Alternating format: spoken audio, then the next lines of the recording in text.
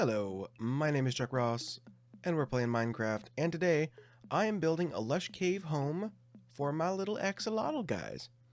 So I am doing field research, and as you can see, we have come to a lush cavern.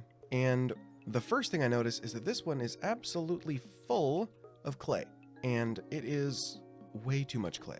I think most of the ones that I would say I've seen have been more moss than clay, but I would love to know why some of them have more clay or more moss. I don't know why that is.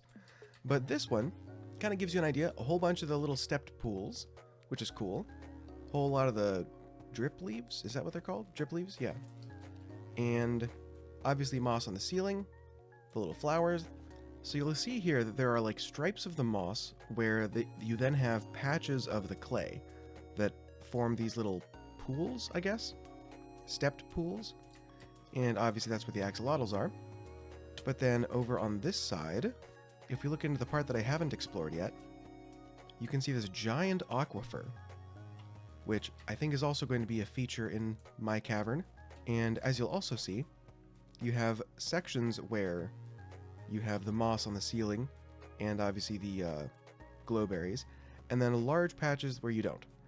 I think I might do something slightly different. I think most of it will probably be pretty covered. Having that kind of dark spot on the ceiling all over the place reminds you that you are in a cave. I think I'm also going to try to kind of spotlight some of the things in the cave as well. So while I want to make sure that it's not spawnable, I do want to make sure that the light kind of accentuates areas of it. So that'll be fun to try out. One thing that I also learned is that axolotls have to be in the water to survive. If they're out of the water for, I think, 5 minutes, they die. And they will find a puddle or something. But in order for them to call it home, it has to be more than 2 blocks deep in spots. So, I'm going to have to make at least a couple of these that are 2 blocks deep, so that they can, like, always pathfind back to those. Make them all easily accessible. So I have gathered a whole bunch of stuff from here that you can't get anywhere else, like the small drip leaf sections that I think are in a box somewhere, and obviously the spore blossoms, and some clay. So I am going to have to go and take care of that. So let's go back to the base. I have a new entrance, which I think I showed to Rob in one of the more recent episodes, which I've already gone and bone mealed all up, which looks good. I'm not going to lie, it looks good. I did the mushrooms because I thought it might be worth a try, but I don't think that's going to fit the feel that I'm going for, but they're not exactly in the way, so maybe they'll stay. Who knows? But anyway, so what I need to do is I need to make a bunch of clay aquifers. I think aquifers are the right word? I don't know. The little clay pools that are all stepped around, I need those. I need... This is just full of water. So I'm probably going to... I don't know. There's that one, and I think it also goes back there. So maybe I'll just have an opening for that one and not like a platform. But I would like an aquifer open, obviously. And I need to do a bunch of moss on the ceiling. So I've got some work to do. Let's go ahead and just do that, actually. Why not?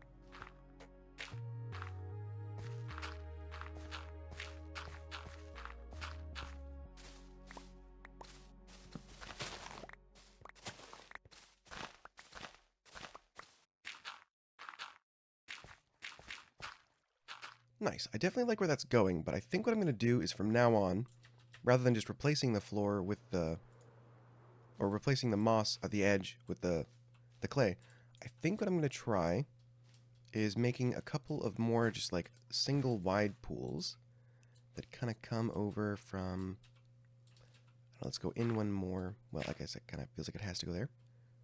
And just like this. I think that'll be good. And then I kind of want to do like a little bit of a waterfall going down the side here. So let's give that a try. And maybe another one that kind of comes out from there. See, like here. I think I'm okay with that. We'll see what happens. And to give this a little bit more interest, I think on the corner here, I'm going to give it a little bit more of like a 2 or maybe even 3 step to the next layer. Kind of a gray blob as of right now. But I think once we start getting in like the water foliage and things, I think it'll look a lot better. I kind of like the idea of this being here. Like there's an outcropping of moss that's popped up. That'd be good. All right. That's looking pretty good.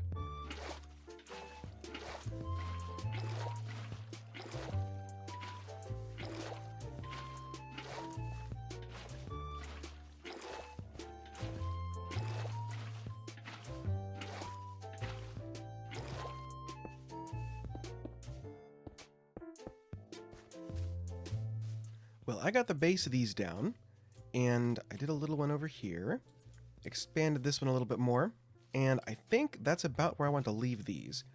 I don't want to expand it too much more because I do want to actually use this space for things, but what I do want to do is come in and do a little bit of foliage. So, let's see. First, I think I want to do... Does this only work on clay? And not stone. That does actually make sense now that I think about it. So I'm going to cover all of the bottoms in clay then, I guess. Ooh, let's do mud. I've got so much of that.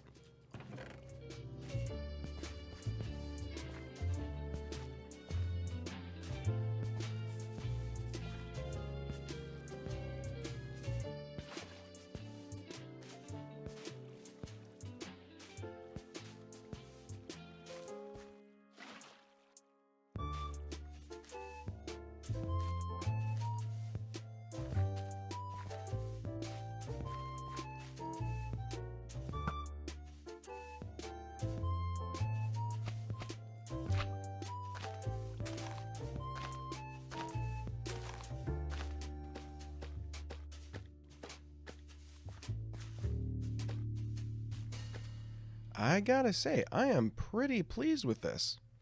It has a lot more of like a magical vibe than I was expecting. But I guess the normal caves, the normal lush caves that is do kind of have that already.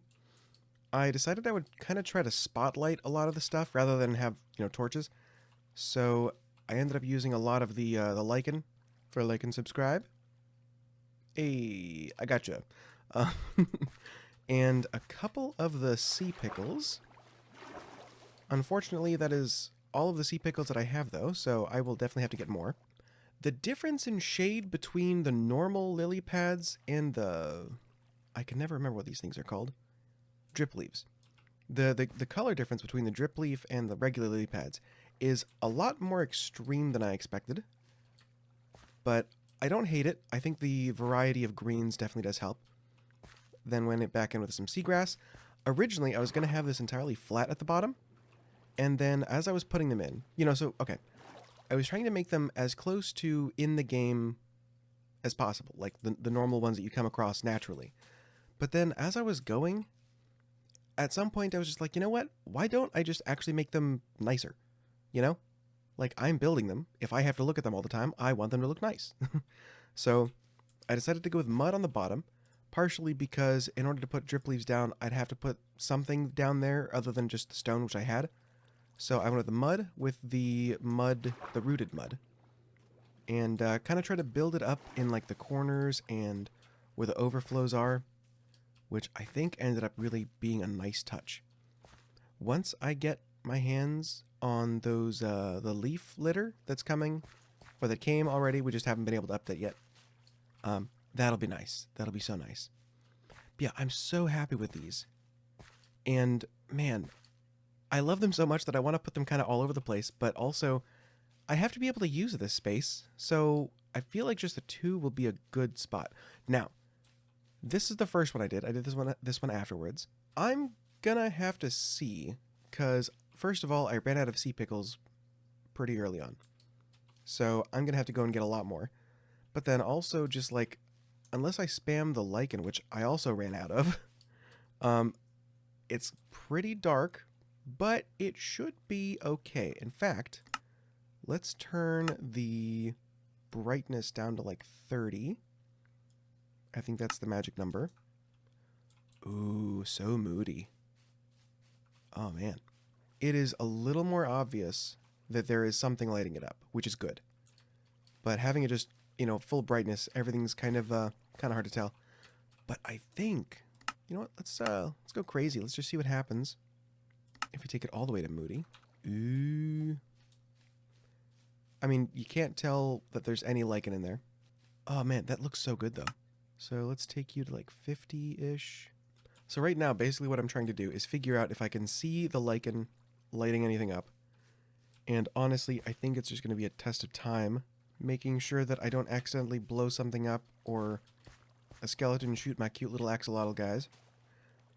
Another thing is that I put in that aquifer thing up here, which is attached to a actual aquifer, or maybe just a flooded cave or something in here. And I like that there's water coming down. However, if I see an axolotl try to swim up that, it's gone. Just instantly. Not happening. I am not getting the axolotls stuck in there or trying to swim up there and then falling off and killing themselves. I'm not having it. I'm not putting up with it. It's not happening. So if it happens, they're getting blocked off. Another thing. I want to have the fish in here, which I think would be fun. But I'm pretty sure the axolotls will just eat the fish. So, you know what? Let's test. I've got axolotls. I can get fish. Let's do it. All right. Moment of truth.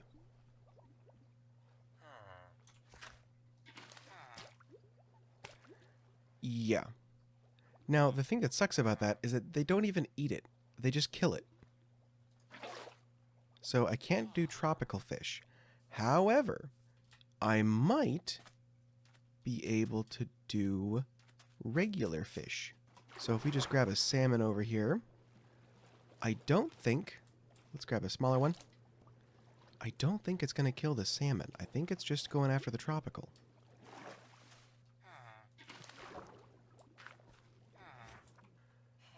Well, that's great. So I can populate my underwater lush cave with salmon. At least they're not colorful.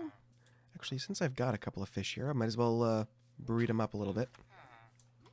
So let's see. I want to breed another brown one. So we'll go there and just there. Did we not get a baby? There we go. Yeah. Nice. Oh, okay. I guess they just didn't feel like killing it yet? Alright. Well, now. Okay, now that I'm here, let's do F3B. Because I just kind of flew up, flew away, and reloaded this area. Occasionally one spawns up there that I still need to light up. I'm not seeing anything, aside from the guy that's supposed to be there.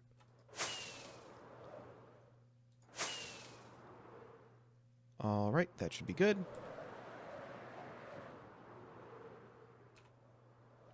And are there any nasties?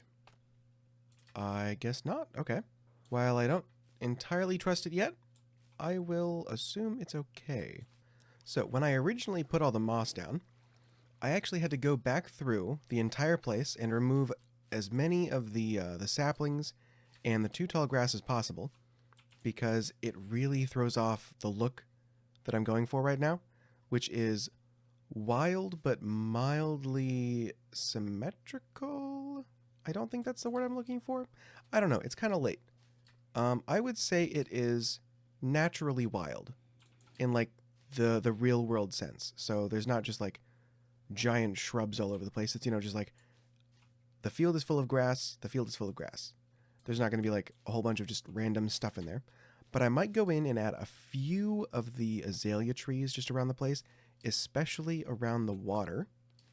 And then the last thing that I have to do to make this really look like a lush cave is, I think, the one thing that it's currently missing, which is a roof that's like moss and with droopy things and all that. So I think I'm going to get on that, which should be pretty simple and just basically a waiting game as far as the glowberries go. And I will, I'll be right back. Have fun? I'm enjoying myself. This is fun. This is so chill. It's so nice.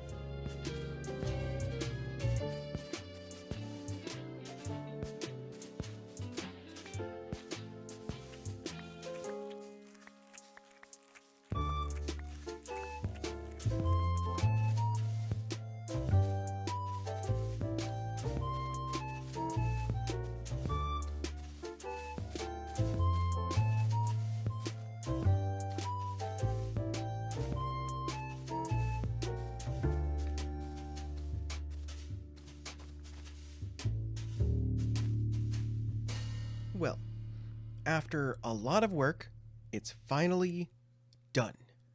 And would you look at that? It just, oh, it's so good. Now, the ceiling is an absolute pain. It was probably the worst, actually. On the list of things that are bad, it's the worst.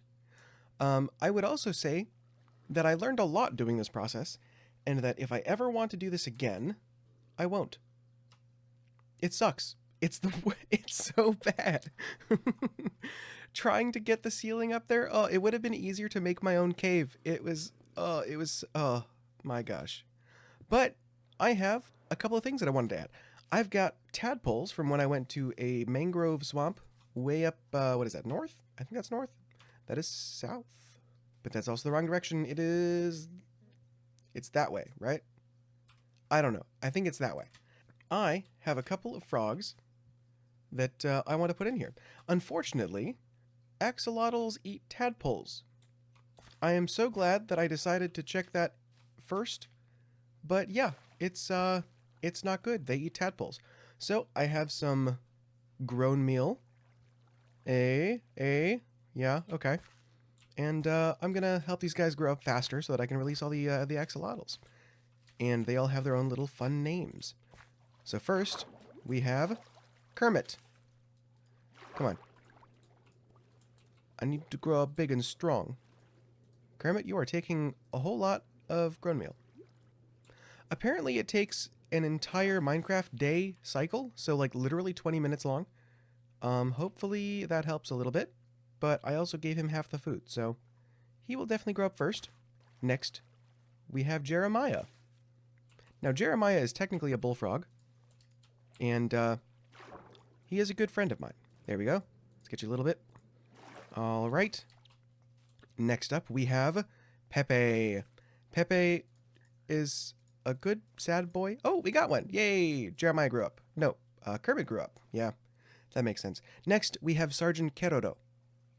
So, he's okay at best. I just have to wait for these guys to grow up. Maybe I'll get a little more grown meal for these guys.